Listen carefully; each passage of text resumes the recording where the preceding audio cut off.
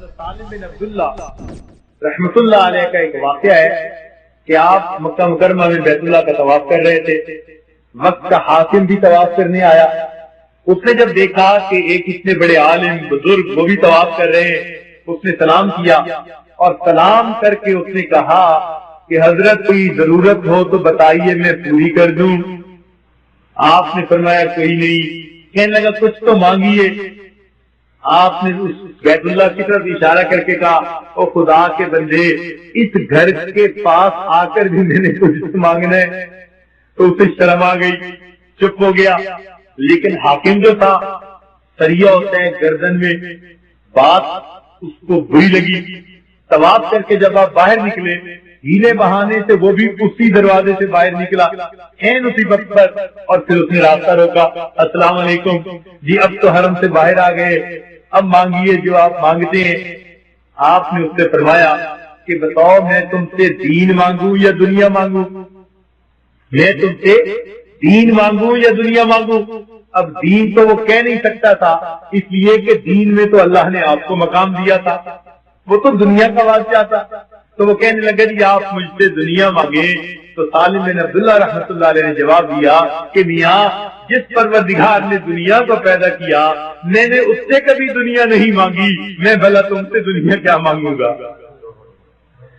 جس پروردگار نے دنیا کو پیدا کیا میں نے تو اس سے دنیا کا سوال کبھی نہیں کیا, میں تم سے دنیا کیا مانگوں گا؟ سبحان اللہ. یہ کتنے غنی لوگ ہوتے ہیں, یہ دل کے غنی ہوا کرتے ہیں. اللہ رب العزت ان اولیاء کو اپنے ان خزانوں سے رزق دیتا ہے جن خزانوں سے وہ اپنے انبیاء کو رزق عطا کیا جاتا ہے. وہ ان کو غیر کا محتاج نہیں بننے دیتا. چنانچہ یہ مستغنی ہوتے ہیں, اور یہ دنیا کے بادشاہ ان کی نظر میں کوئی حیثیت نہیں رکھتے.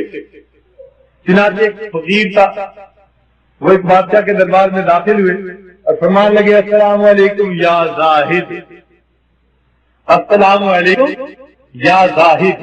تو بادشاہ بڑا حیران ہوا, کہنے لگا جی آپ نے مجھے زاہد کیسے کہا؟ فرمایا بھائی اصل زاہد تو ہی ہے. اس نے کہا نہیں زاہد تو آپ لوگ ہوتے ہیں. انہوں نے کہا نہیں اصل زاہد تو ہے. اس نے کہا بتائیے کیسے؟ فرمان لگے زاہد اس کو کہتے ہیں کہ جو کسی چیز کو چھوڑ دے, تھوڑی چیز پر قناعت کر لے, بڑی چیز کو چھوڑ دے اور چھوٹی چیز پر قناعت کر لے, اس کو زاہد کہتے ہیں. فرمانے لگے تو نے دین کو چھوڑ دیا, دنیا پہ قناعت کر لی, تجھ سے بڑا زاہد اور کون ہو سکتا ہے؟ تب اس کو احساس ہوا کہ ہو مجھے انہوں نے زاہد کس انداز سے کہا. تو یہ وہ کرابی بسا اوقات عجیب عجیب باتیں کیا کرتے ہیں. چنانچہ ایک بادشاہ جا رہا تھا تو اس کو راستے میں ایک جو ہے اللہ والا بیٹھا ہوا ملا, اپنی چٹائی پر اللہ اللہ کر رہا تھا.